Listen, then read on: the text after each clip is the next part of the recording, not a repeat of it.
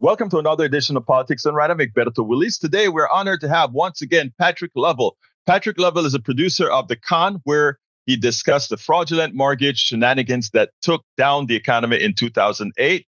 Today, we are continuing the series, How the Billionaire Class Got Away with Their Power Accumulation Over the Last 14 Years. Lovell calls himself the producer with the $71 trillion truth that the entire system depends on and hid from everyone that still doesn't get it. Hi, how are you doing, my dear friend Patrick, today? Well, wonderful. And kudos to you, Egberto, because that introduction is just music to my ears, because there is just a whirlwind of confusion. And yet everybody is pinpointing on the causality. Everybody understands who the puppeteers are because they're in front of our face every day. You preface the billionaires, but how they did what they did and continue to do and how the system runs is what we're going to eventually reveal to everybody who cannot see the forest for the trees in this ongoing series. And you're going to lead me in the direction that we've outlined that are, shall we say, relevant to everything that we now understand and see play out on a daily basis, but how it fits into the broader puzzle, because everything is playing out right before our eyes, as it always does. I mean, between yesterday's revelations of the Matt Gaetz House ethics findings and what that reveals vis-a-vis Merrick Garland and all of the other elements of, let's say, Congress run awry, what's really in our face every day is just the lowest threshold of absolute insanity and debauchery that is manifested to completely control our government.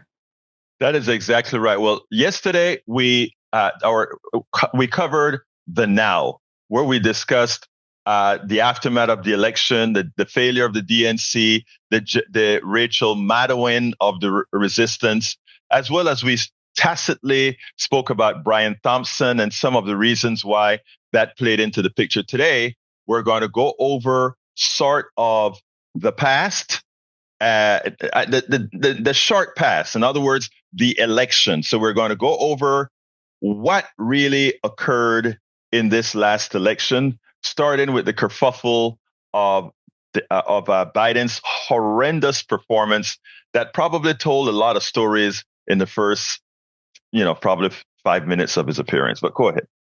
Well, I'll tell you, and Elon Musk is trying to prey upon that right now, as a matter of fact, because a lot of people are rightfully depicting Elon as a shadow sort of puppeteer of Donald Trump, which we, of course, know he is. And we're just now learning more and more of why that may be, i.e.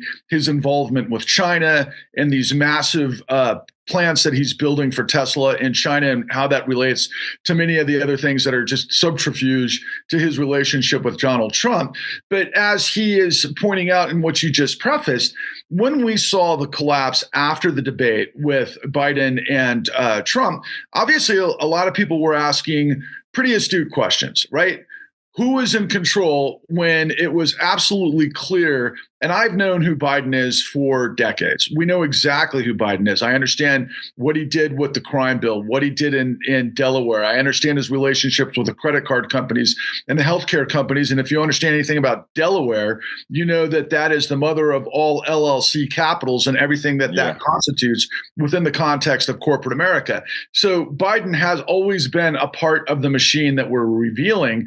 And for better or for worse, I had said during the election that I would have voted for Biden twice if he was dead on Sunday over Donald Trump, considering everything that we know. So that gives you a little bit of context.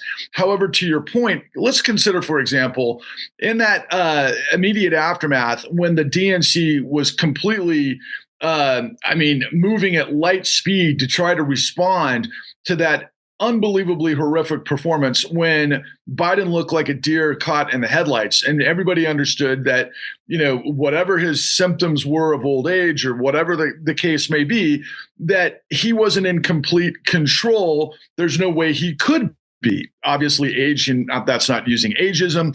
Any of the. I don't think you need to try to protect on that. The guy has not aged like others has aged. In fact, Donald Trump is aging much better than Biden is aging. That's a fact. Well, and it played out and everybody was absolutely in panic mode. But the question that it elicited is, okay, well, who's in control? And one thing that I was saying at the time was, well, BlackRock's in control. And BlackRock's going to be in control whether or not it's, I was about to say Putin. Well, you meant Donald Trump. That's like saying Putin, right? Right. But the point is, regardless of how the transparency and the portrait and all of these other elements of these rogue states, like I set the table that what the election was not a populist movement on the right. It was the new Confederacy wrapped in a corporate fascist flag, quite frankly. And the bottom line is that's exactly what had been helming our situation, which controls the funding for the DNC as well. So what we both understand is that there wasn't an option for an actual populist movement that was dealing with the problems of the billionaire class that has had complete control. And when I say billionaire class, I'm not just talking about the well-known Jeff Bezos or the Zuckerberg or the Elon Musks of the world. We're talking about the billionaire apparatuses, man. Go ahead. And you see, what I try to explain to a lot of people think that we have this small number of billionaires, Elon Musk and Bill Gates and Warren Buffett. That's just the tip of the iceberg. Right. There is a whole class in this country that nobody knows their names. Absolutely. That controls the entire corporatocracy. Nobody knows their names. Right. Well, but you got to think of the multinationals as well, right? Yes, exactly. This goes to what we were talking about. And you live in the belly of one of the most important and powerful corporate cities on the planet, Houston, Texas. Mm-hmm. I mean, between the military, industrial, and fossil fuel and financial apparatus, H-Town is a behemoth of all of those things. And that's where I grew up. And I understood this for decades and decades and decades. But what they've done over the course of this time period is we have watered down what has always been the target of the neoliberal establishment that goes far right wing as well, which is get rid of the New Deal, right? Mm-hmm. Get rid of the government that can protect the American people from the billionaire class and all of the kerfuffle and periphery and all of the shenanigans, as you might, suggest. But it's more than that. It's not just people trying to one-up people and trick people, even though that's a huge part of it.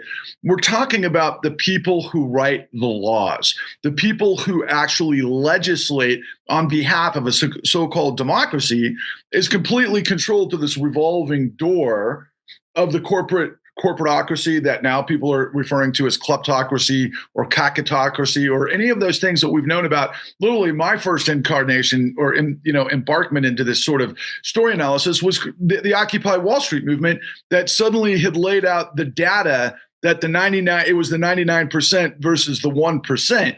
But that didn't change the trajectory because ultimately, at the end of the day, we cannot refer to this stuff, my friend, as shenanigans.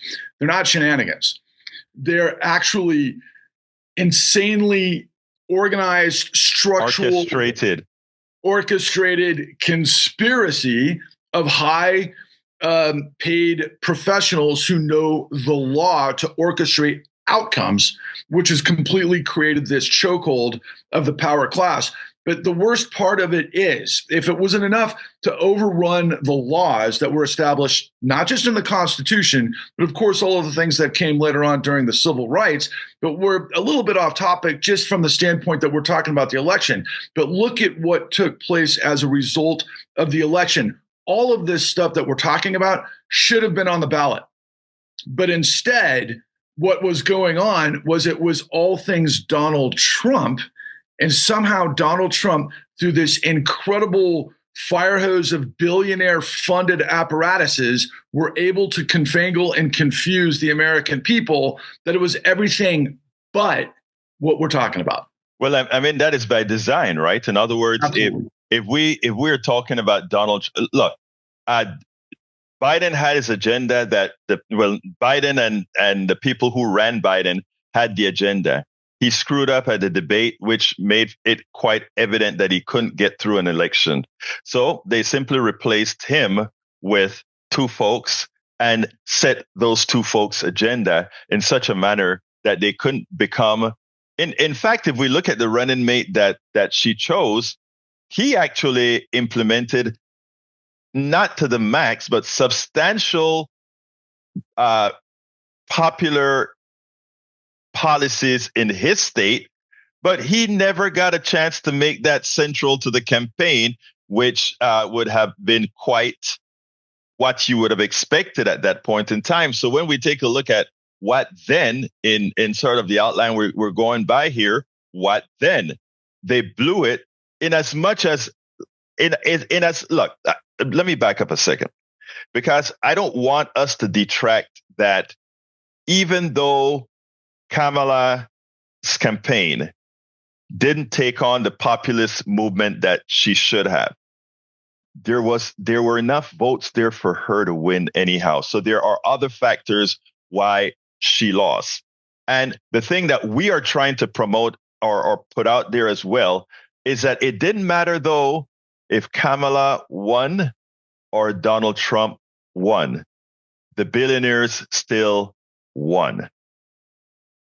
Okay, absolutely. Now, first and foremost, to your point about Minnesota Governor Tim Walz, look, that was an incredibly both brilliant, poetic, but ironic decision by the DNC chairman of making that decision, who was none other than Eric Holder. Mm-hmm. Now, the news of the day, well, before I parlay into it, but Eric Holder, of course, was the attorney general under President Barack Obama. He was also a senior partner at the C-suite level of a Wall Street law firm, a blue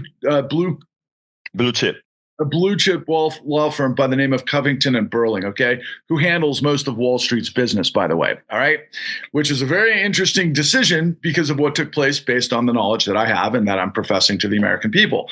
But going to that particular decision of Tim Walz, okay, they needed a white guy that seemed like a regular guy, that was a hunter, that sort of thing, to appeal to people that weren't all in on MAGA, but that could relate to a guy kind of like Tim. Meanwhile, Tim was, of course, a very progressive guy, but he was also a head football coach, a very relatable guy, spent his entire career teaching in public schools, history of all things. Mm-hmm. And I kept proposing this question for us to ruminate because I know history teachers, I know history, and I wanted to propose en masse to all of the people who understood the information that I'm professing would be to ask on the campaign stump to Tim Walz, hey, Governor Walz, did you ever teach your students that the American Constitution and the Revolution and the Civil War and the Civil Rights Movement and our war against fascism were all done to manifest a billionaire class that had complete control of our democracy through corruption? It's a ridiculous question, but that's the question. He wouldn't answer that.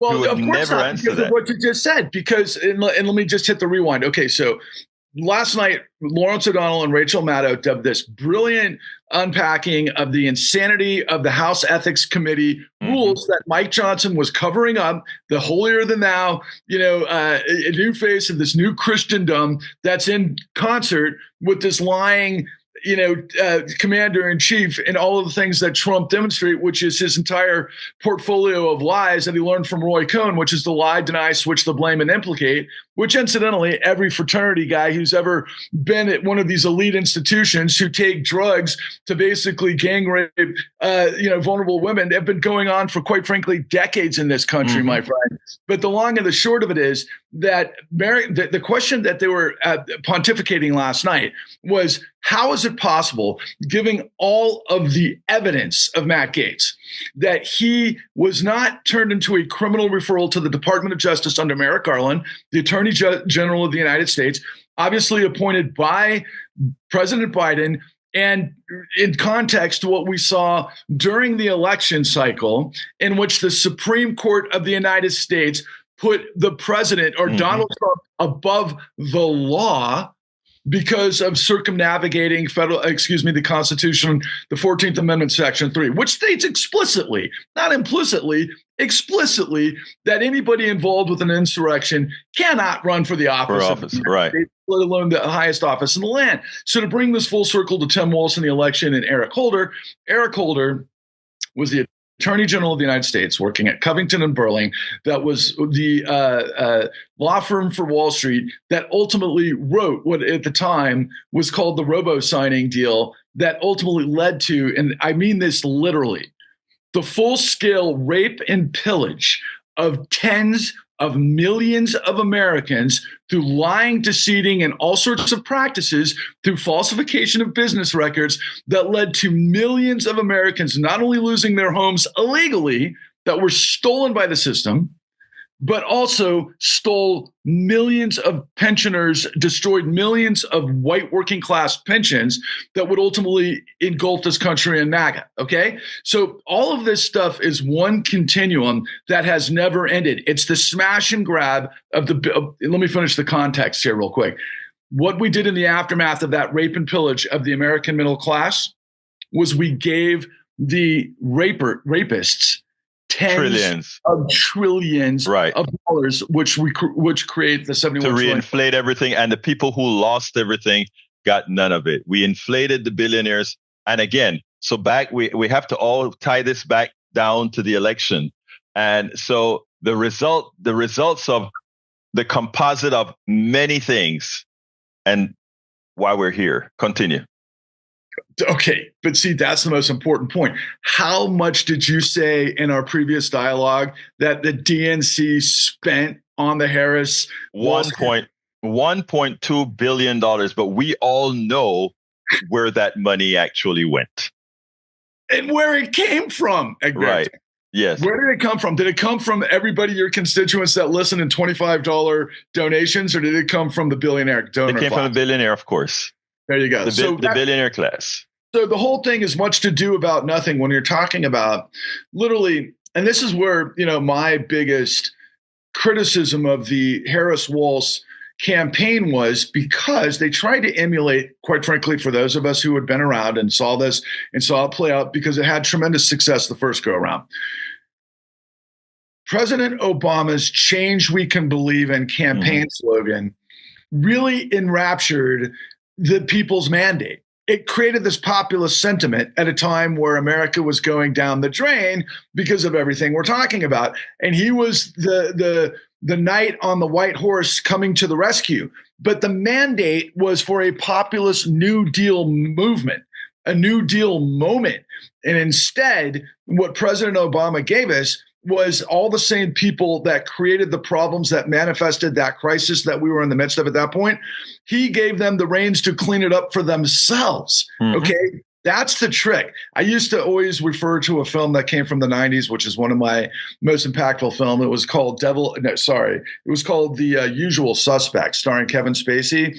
And he had a great line in there that said, the greatest trick the devil ever played was to convince the world he didn't exist.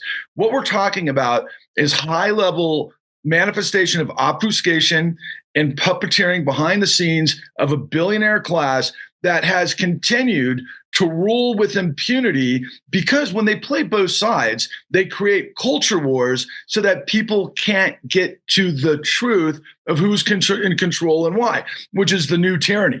Tyranny is the exact thing that gave birth to the United States and all of these rules in the Constitution, and that nobody is above the law to begin with. That's our tradition in the United States.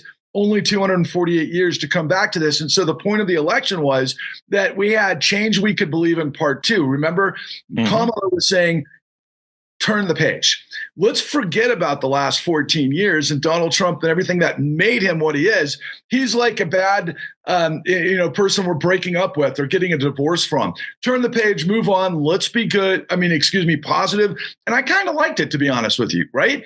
But at the same time, can you ask somebody, for example, an alcoholic, to turn the page? Can an alcoholic turn the page? It's a process. No. It's a process, right? Right. So if we've got a drug addiction to billionaires for free money, that they get this behind the scenes because the system, and they know how to puppeteer everything, and they've got the drip, drip, drip of the drugs that they're high. What I say about the billionaire class is they're above the law and they're above market forces. So the question, my friend, given the election cycle, is can you effectively turn the page without identifying what everybody is under the thumb of and actually being run over by? Well, no, you can't. You can't really turn the page if you don't know that there are other pages behind it, right? So, I mean, you can't really do that. And while like I said, there are other reasons why she lost the election proper. The reality is we are yet to see the type of populism. And I don't even want to say populism on the left, because the populism that we're looking at the right isn't real populism. It's sort of a facade. It's a billionaire using a whole lot of folks that don't do a lot of critical thinking to get them elected, and then immediately forget about them. What was one of the first things Trump said after the election? Well, I don't know if I can get prices down. Well, these things take time. But during the election, we are going to get prices down. You're going to love it. You're going to just love it. You're going to be winning so much. Two different methodologies, all promoted, funded by billionaires. Now, what's the difference between 74 million votes and 72 million votes? That's an extraordinary point, Egberto, because think about it.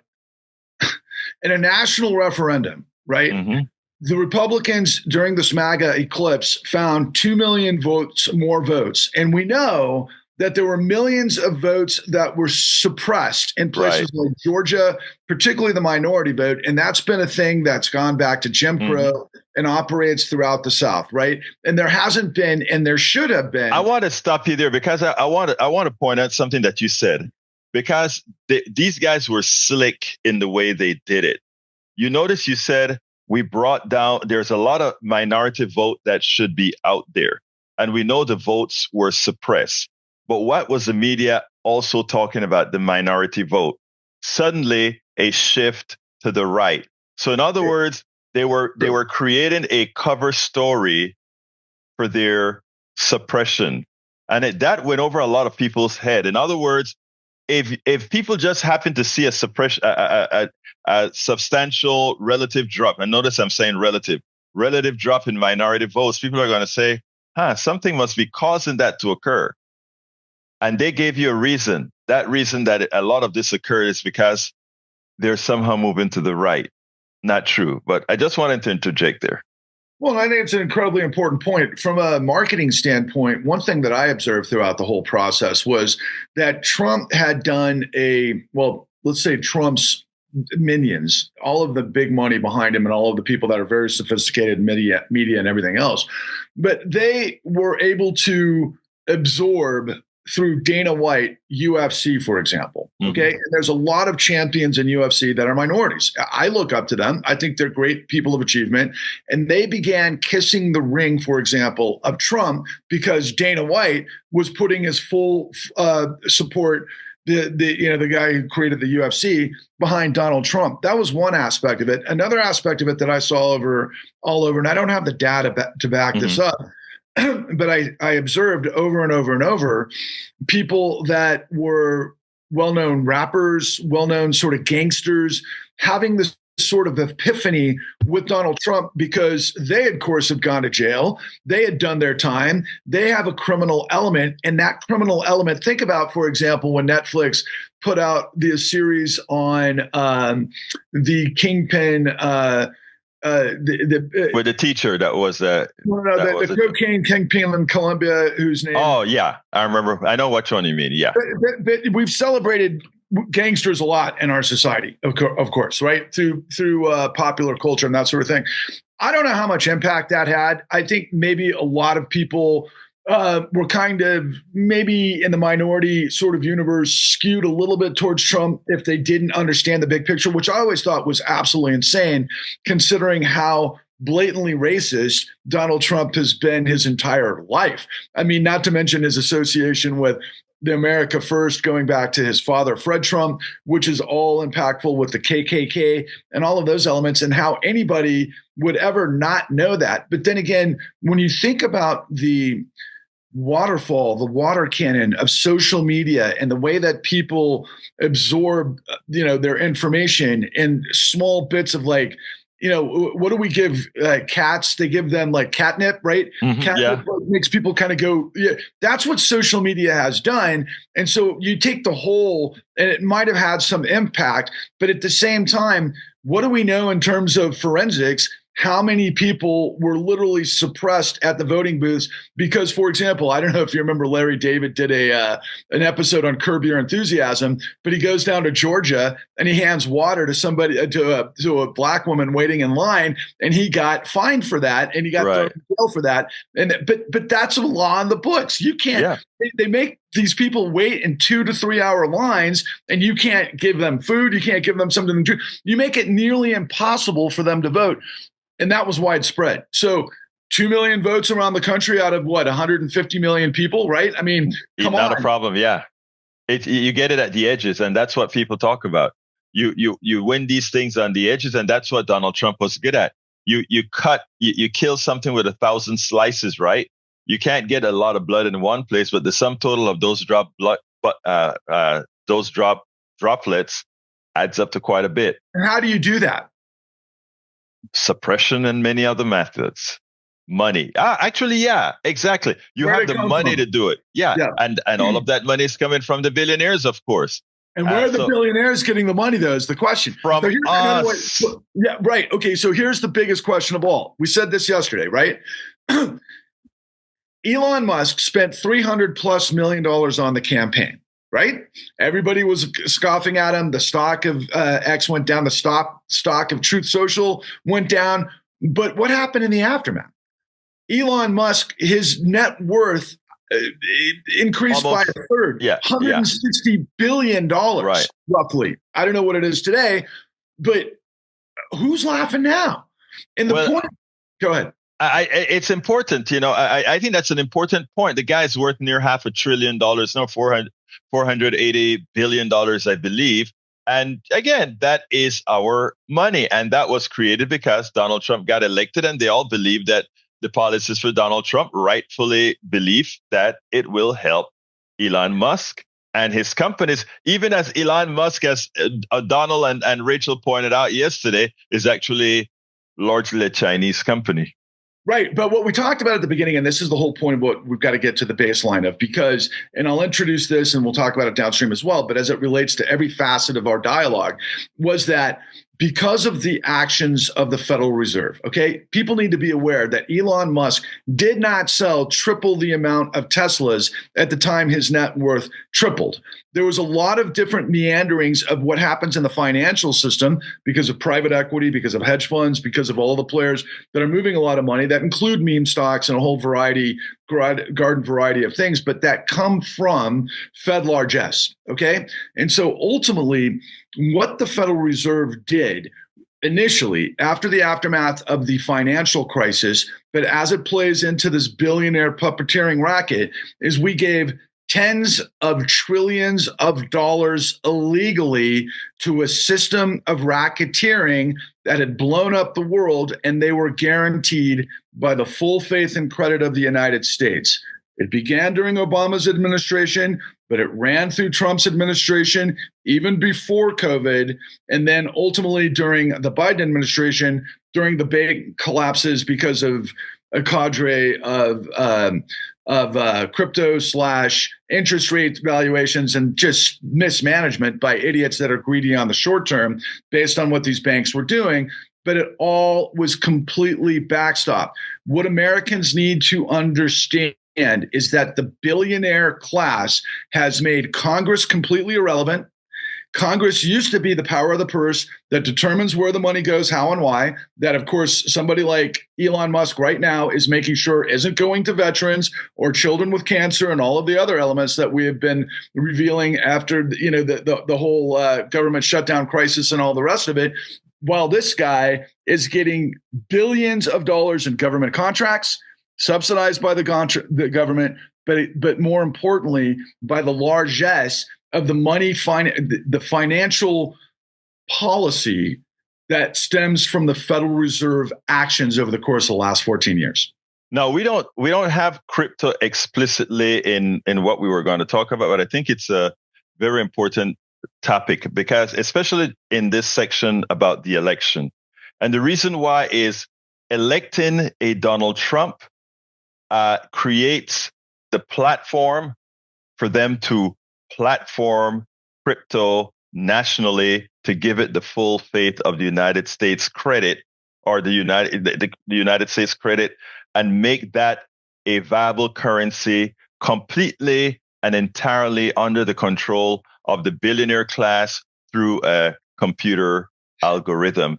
And again, that only is a possibility now because of this last election and the president that's invested, that once called crypto a scam, and now he's willing to throw the scam on the United States, fully backed by the United States government. Let's go ahead and discuss that in the realm of the under the foundation of this election section, as you see it. Extremely important point, and maybe the ultimate point. Okay, so as people are trying to unpack what is the relationship between Putin and Elon and Trump as it relates to potentially crypto, just a quick question before I go down this path.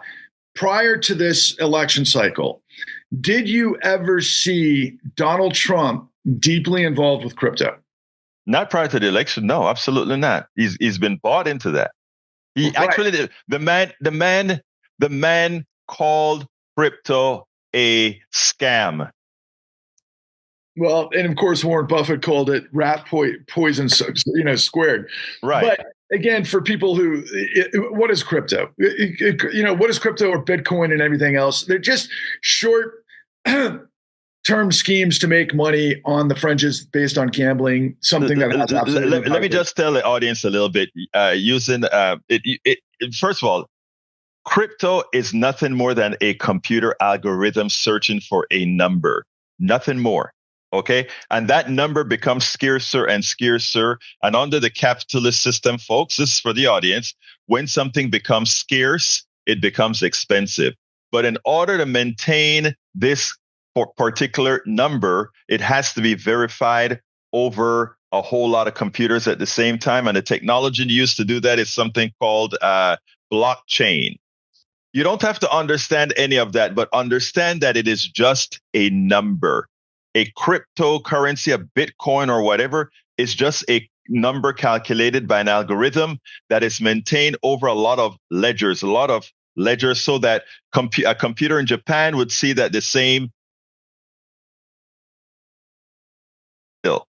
It's a crazy system that actually, one of these days, if somebody puts a bug in there, could bring the entire damn thing down, and nobody talks about that. Anyway, go ahead and continue now in that.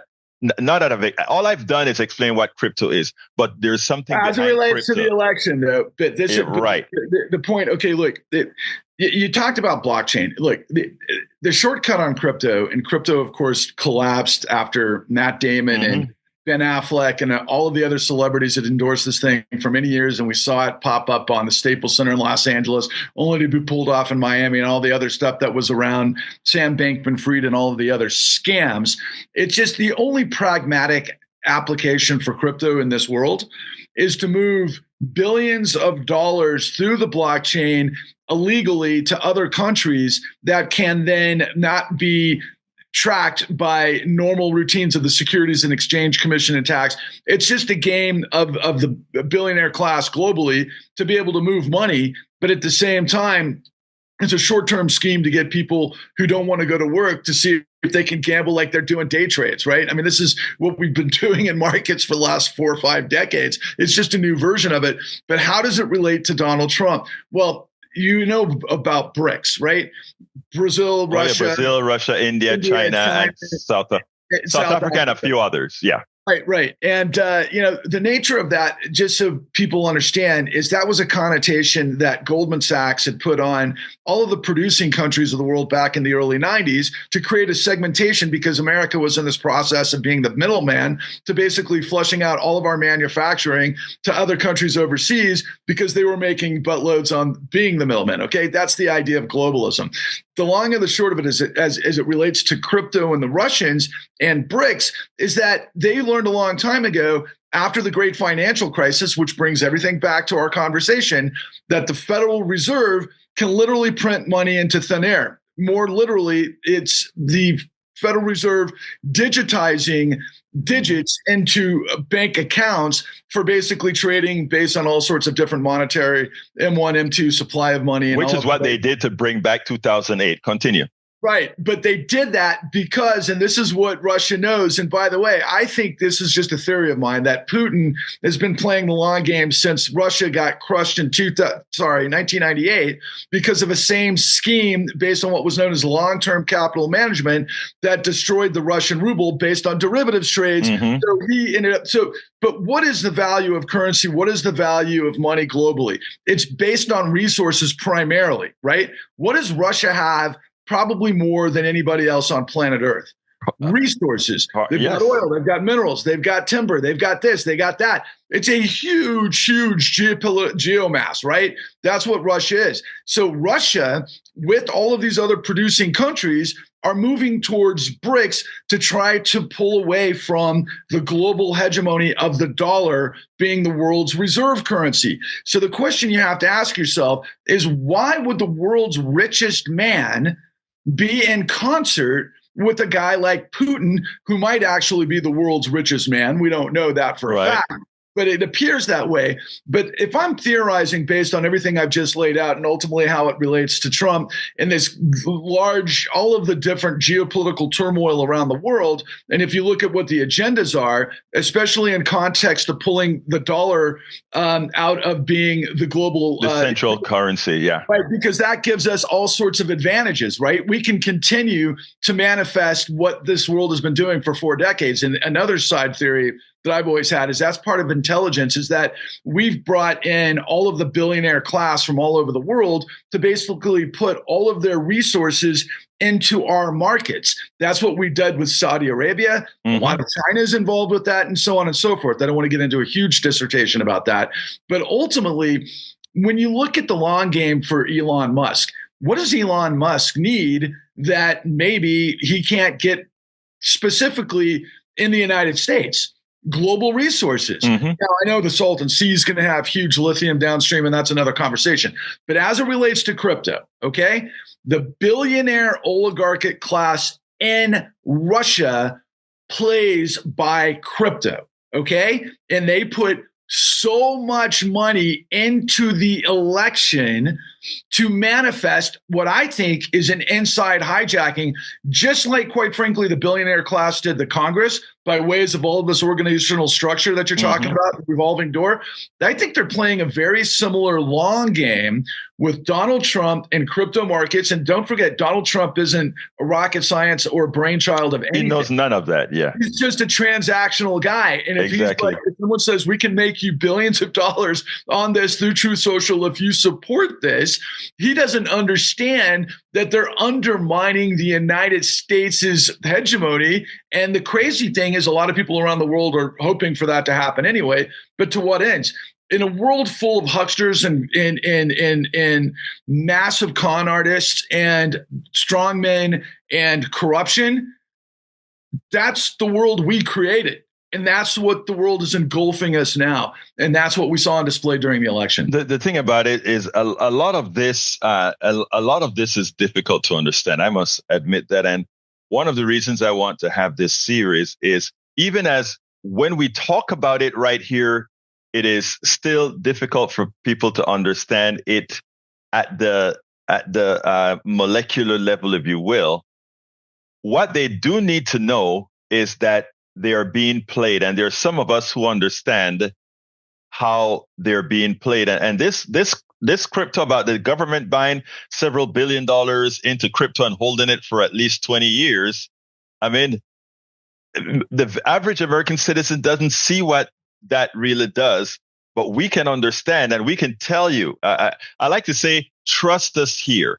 And it's pretty much what I'm going to have to say. Trust us here that the government backing another currency like crypto, and by law having to own and keep it, that's a dangerous proposition that will only harm who? Well, the American people, but you've got to also plug and play this into the whole purpose of Elon Musk, okay? As we discussed yesterday in our previous discussion, we talked about the Peter Thiel and Elon Musk, where they came initially out of PayPal. A lot of people commonly refer to that as the PayPal mafia. Mm-hmm. What was that? It's digital currency. Mm-hmm. A lot of this stuff operates above the regulations of the Securities and Exchange Commission. And quite frankly, going back, 13, 14, 15 years in terms of PayPal and how that all worked, a lot of this stuff, it gets really, really scary when you're moving a lot of money, because ultimately, sometimes the money doesn't keep track with the speed of technology. There's a lot of stopgaps that sometimes can trip the whole system, right? Now imagine the entire currency of the world, kind of a similar situation. But here's the other aspect of X and ultimately digital currency, and this is the irony, okay? Elon Musk is getting so much information of billions of people around the world, what they consume, how they share information, what they do, what they transact in, what they consume, not just in terms of information, but what they purchase. Ironically, that's what everybody's fear on the right was for digital currency, right? Which is this whole thing, like they can track your transactions. They know where you put your money. They know what you do. And there's this paranoia thing that libertarians specifically are like, that's big government. That's the worst thing you could possibly configure. And that's what we're going to have to break. And oh yeah, by the way, Trump is a guy who's outside the system because he's a criminal. He's a threat to the establishment. He's one of us, right? No, he is them. And the whole point about this whole thing as it relates to crypto, the election, and everything else, it just paved the way to ultimately their version of central bank digital currency, which is what crypto can eventually accomplish, especially if they tear down the dollar as the world's reserve currency. That's ultimately what Satoshi Nakamoto was trying to prevent. That's the idea of what crypto came from after the great financial crisis. And it happened immediately. It happened right when the entire global market had blown up, an $800 trillion global market based on the derivatives of a $4 trillion market. And all of a sudden, out of nowhere, Satoshi Nakamoto, this legend, comes up with this cryptocurrency as a hedge against fiat currency. Think about that. Who do you think could have put something together that fast in this sort of obscure way that manifested crypto for the next 14 years? Who could have pulled that off? The truth of the matter is, I think this was being planned for a long time, because you can't do this on a dime. Right. But at the same time, it's supposed to be these guys. Well, of course, it's been, since the 80s, the technology of blockchain. No, I know the answer is the billionaire class, etc. But the intelligence, who's intelligence working for? That's the question. Who's the CIA working for, Egberto? Tell me. Well, again, ultimately speaking, we know who they're working for. It's a particular class of, and not only Americans, but I mean, it's a billionaire class, period. Yeah, it's all over the world. It's all over the world. Who's going to control? So you see these clowns like Alex Jones, right? Alex Jones is constantly talking about the New World Order and that Trump is going to break up the globalism, and all the guys behind George Soros and all the guys that were involved, ironically, with Jeffrey Epstein. Meanwhile, who was involved with Jeffrey Epstein? First of all, Trump. Second of all, he probably had him murdered under, his former AG, the Walrus, whose name eludes me. Well, we can't quite say that, but. Yeah, Bill Barr. But my point being, there's it happened on his watch. But the point being, Trump was involved with Epstein. Epstein was involved with intelligence. But what we do know is Epstein was also involved with too big to fail apparatuses, deeply involved with Chase, and Jamie Dimon, and all of the CEOs of Wall Street, not to mention Bank of America and all the hedge funds, which is like, what, considering all things of what Jeffrey Epstein was involved with. But all of those things, being equal, the bottom line, you get to the baseline of this. We're talking about there's this billionaire global class that is structured in a way that has complete control and has marionetted not just the United States. I think we're the last piece in their puzzle, but the whole world, quite frankly, right? Magical word. Davos, magical word. Right, but the Davos. Point is that I was trying to get to, exactly. And so Alex Jones is supposedly globalist, but what side is he on? He's on the Putin globalist side. Because each side has its globalist. So I mean, look, we have to start winding this particular segment down. But what I want to say here is elections matter to some extent. I think that is some of what we're going to finalize here. Elections matter to some extent, but when we look at what who would have been controlling under the Kamala Harris campaign, Kamala Walz versus Trump, we still end up that most of us would become the losers. Most of us under the current scenario would not get the things that we want. And one of the things that we try to do is educate, illuminate, put the light on to let folks understand that there is a way out. We're not talking about the way out right now. We're talking about what all these problems are. When you see Patrick passionately describe all that's going on right here, there's a reason. When you're trying like hell to get folks to wake up, maybe become woke, right? To wake up and understand what's occurring in our society today, the only way you can make a change if you wake up and you are a part of that change. And one of the things that I want to continue to bring are people who are in the know, like our brother here, Patrick. Patrick, before we go, why don't you give me a closing synopsis of this segment on the election and what it means with regards to the billionaire class? I want to remind people it's 2024. We knew pretty much the solutions to all the problems we're facing at this moment 30 years ago. Okay? The question is the law. And so in the final election, the last election cycle, Kamala Harris had gone and pivoted from initially the bulldog of the prosecutor versus the felon. Donald Trump has been involved with racketeering, tax evasion, conspiracies with real estate fraud and falsification of business records, not recently, for decades. He was never taken down. Why? Because it was too difficult for DAs in different regions to take Trump down because A, they didn't want to be embarrassed, or B, they didn't have the resources because Trump's legal team always had the resources of the billionaire class. What should that tell us? That the billionaires are above the law. What we are also revealing to you is because of all of the manifestation of these incredibly important factors that led to the revelation of what the Federal Reserve had provided the billionaire class illegally, is that they are above market forces as well. We've created this Goliath monstrosity of a perversion of power, and it played out in our election in 2024 because the Supreme Court was corrupt, Congress was corrupt, media was corrupt, and nobody wanted to tell us the actual blueprint of how corruption works towards what end and how they're puppeteering us all. Until and unless we understand the details, just like, for example, if I were to tell you, Egberto, that I've got evidence that somebody just clipped your brakes and you cannot get into your car, otherwise you're going to get into an accident, maybe possibly die.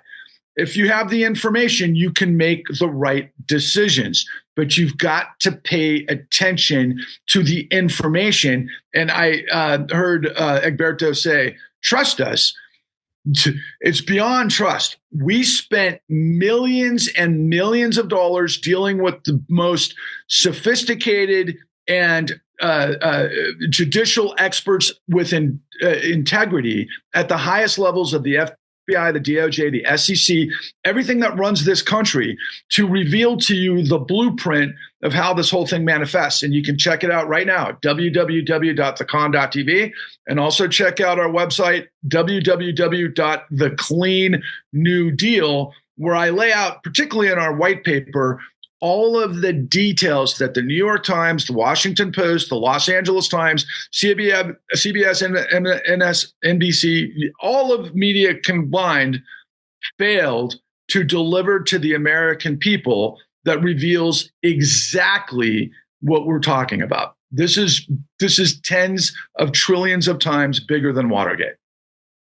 Thank you for that, Patrick. Folks, don't forget, this is a series. The next hour in the series will talk about the billionaire domination, where we will go from we'll go from BLM to COVID to the 2008 GFC. There's so much to talk about in the next chapter of this particular series. So stay tuned. Patrick Lovell, the producer of The Con, thank you so kindly for having been on Politics Done Right one more time. Thank you, Egberto. We spend a lot of time deconstructing the news, trying to parse it into a form that everybody can understand. We try to find those little nitpicks where it flies above the fray, etc. If you really like these videos that we do, I want to ask a big favor. Please go ahead. Number 1, subscribe to our channel, and number 2, please join if you can. Thank you so kindly for watching. Keep watching. Please remember to share. We must populate the entire internet with our progressive message, a message that we know is what most Americans say that they want. So help us, please join.